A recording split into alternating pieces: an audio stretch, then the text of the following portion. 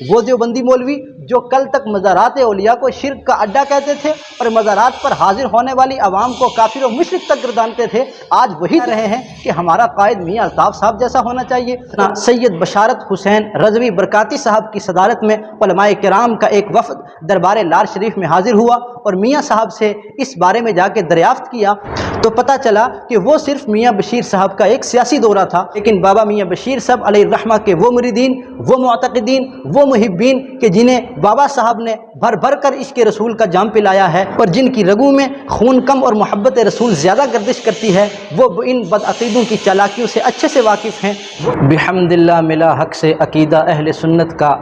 پڑھا ہے قدسیوں نے بھی قصیدہ اہل سنت کا، زمیں ہے اہل سنت کی زمانہ اہل سنت کا، بنایا رب نے جنت میں ٹھکانہ اہل سنت کا، سنو فکر رضا ہی میں بقا ہے آج بھی اپنی، تجھے کوئی نہ بھٹکائے بیگانہ اہل سنت کا۔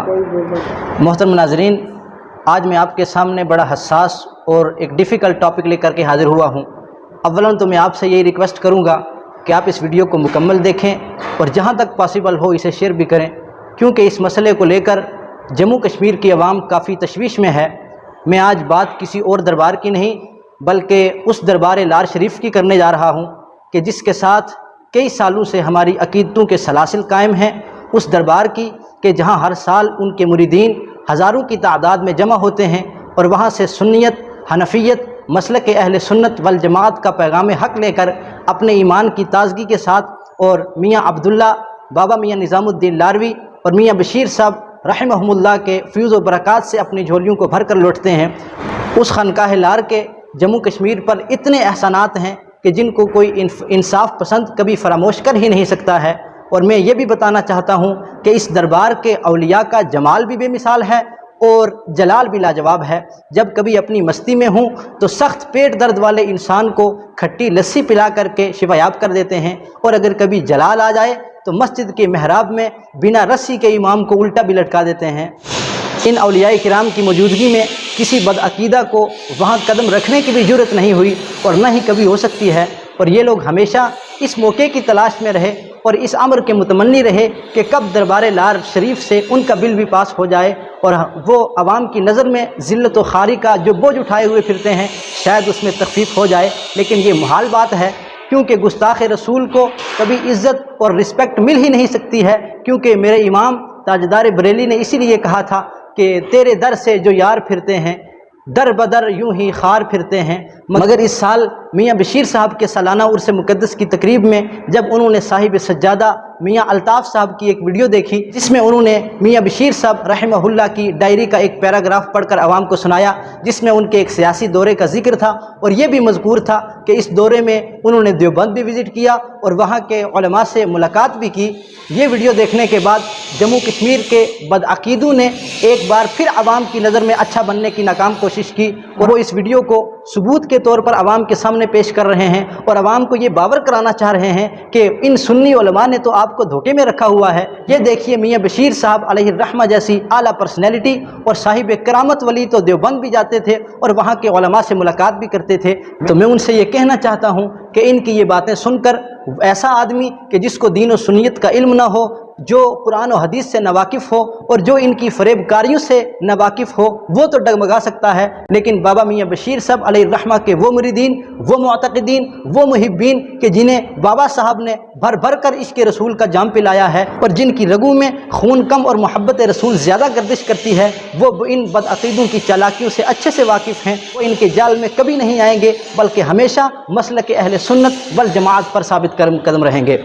مگر حیران کن بات یہ ہے کہ یہ لوگ صرف عوام تک ہی محدود نہیں رہے بلکہ جامعہ ضیاء العلوم پنچ کے نائب محتمم مولوی سعید احمد دیوبندی نے تو میاں الطاف صاحب کی طرف ایک خط لکھا اور خط کے اندر عرض کی کہ حضور آپ کے روحانی خاندان کا جو روشنی بھرا سفر رہا ہے وہ اعتدال پسندی، حسن اخلاق اور انصاف پر مبنی طرز عمل رہا ہے۔ یہ تمام اوصاف تب پیدا ہوتے ہیں جب انسان جہالت، तंग नजरी, हसद और बुग़्ज़ से पाक हो। और आगे कहता है कि आपके आली नस्ब ख़ानदान को जो मकाम हासिल है वो बहुत कम लोगों को मैसर रहा है। आपकी और आपके आबा व अजदाद की शराफत, सादगी और बेलौसपन ज़रबुल मसल रहा है और इंशाअल्लाह हमेशा रहेगा। और यहीं तक नहीं रुकता बल्कि और अर्ज़ करता है कि मियाँ अल्ताफ़ साहब, हमें आपकी कायदाना सलाहियतों पर ना सिर्फ एतमाद है बल्कि हम ये समझते हैं कि आप इस मसनद मुमताज़ के लिए सफ़े अव्वल के हकदार भी हैं। पहले तो मियाँ साहब की वीडियो को लेकर जो खलजान आपके जहन में है मैं उसे दूर करना चाहता हूँ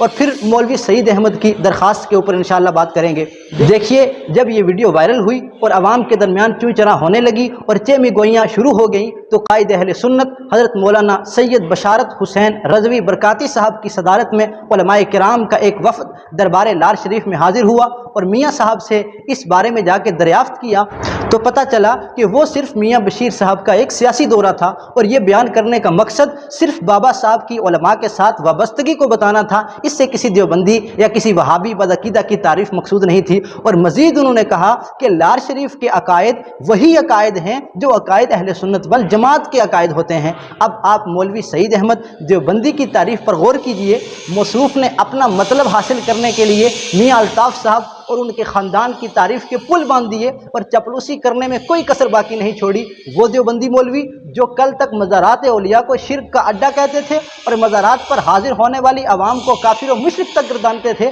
आज वही देवबंदी मौलवी कह रहे हैं कि हमारा कायद मियाँ अल्ताफ़ साहब जैसा होना चाहिए। और ये ऐलान करते हुए नज़र आ रहे हैं कि पूरी कश्मीर के अंदर मियाँ बशीर अलैहिर्रहमा के ख़ानदान जैसा आली नस्ब ख़ानदान तो कोई है ही नहीं है। सिर्फ ये मैं ही नहीं बल्कि अहले सुन्नत का बच्चा बच्चा इस बात को जानता है कि ये सिर्फ इनकी ज़ाहिरी हमदर्दी सिर्फ अपना मतलब हासिल करने के लिए है। मगर थोड़ी देर के लिए हम यही मान लेते हैं, पहले आप जहालत के समंदर में गर्क थे लेकिन अब आपको ये समझ आ गई है कि रहनुमा और कायद मियाँ अल्ताफ़ साहब और उनके आबा अजदाद ही की तरह होने चाहिए। तो फिर आप अपने अकाबरीन अशरफ अली थानवी, कासिम नानोतवी, इस्माइल दहलवी और खलील अम्बेठवी के अकायद भी पढ़ें और फिर असरार कबीरी के अंदर और मताए फ़िक्र और दानिश के अंदर ये अकायद बयान किए हैं। इन दोनों का मुवाजना कराएँ और आपको नज़र आएगा कि इन दोनों के दरमियान ज़मीन व आसमान का फ़र्क है। जब फ़र्क है तो बज़ाहिर बात है कि इन दोनों के अकायद एक तो हो नहीं सकते। अब आपको कायद मियाँ अल्ताफ़ साहब या मियाँ बशीर साहब अलैहि रहमत व रिदवान जैसा चाहिए तो इसका सीधा सीधा मतलब यही है कि पहले आप अशरफ अली थानवी, कासिम नानोतवी, इस्माइल दहलवी जैसे अपने जो अकाबरीन हैं उनके कुफरिया और शिरकिया अकायद से तौबा करके उन पर फतवा कुफ्र लगाकर वो अकायद रखिए जो अकायद बुजुर्गान लार के हैं। तो हम समझ जाएंगे कि आप हकीकत में मियाँ साहब को अपना कायद मानते हैं, क्योंकि ऐसा तो हो ही नहीं सकता है कि मुक्तदा का अकीदा कुछ और हो और मुक्तदी का कुछ और हो। मैं आपको बाबा जी साहब लारवी की किताब से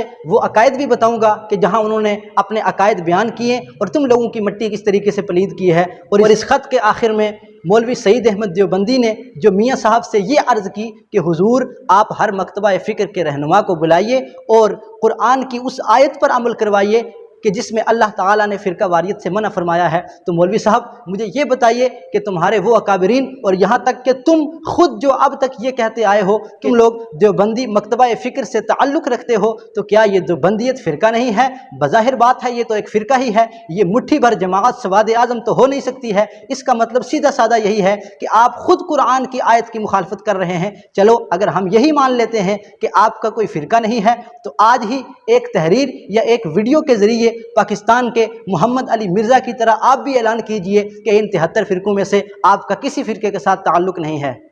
मैं मियाँ अल्ताफ़ साहब की बारगाह में अखीरन ये अर्ज़ करना चाहता हूँ कि लार शरीफ की वो पाकीज़ा सरज़मीन कल भी इन लोगों के नापाक कदमों से पाक थी और आज भी ये पाक है और हमेशा ये पाक ही रहनी चाहिए। अल्लाह ताला सबको अक्ल सलीम अता फ़रमाए।